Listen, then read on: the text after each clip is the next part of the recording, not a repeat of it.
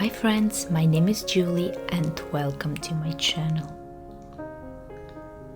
If you happen to watch this video, let it be a motivation for you to find some time for yourself, to nourish your soul and switch off your racing thoughts.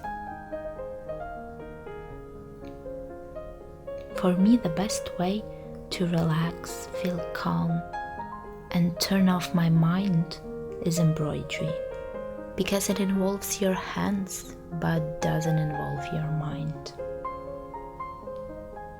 If you don't know where to start, just take your needle and any thread, turn on your favorite music or maybe go to your closest park and forget for this couple of minutes about your troubles and problems, because right now, they don't exist.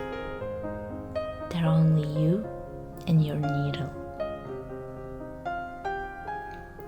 Focus on your hand that is moving up and down.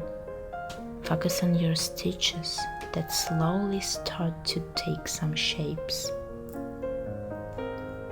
This repeating motion will help you to unwind. And when you start exploring yourself, big changes occur in your life. Thank you so much for watching this video. I appreciate it a lot and I see you in my next one. Bye guys.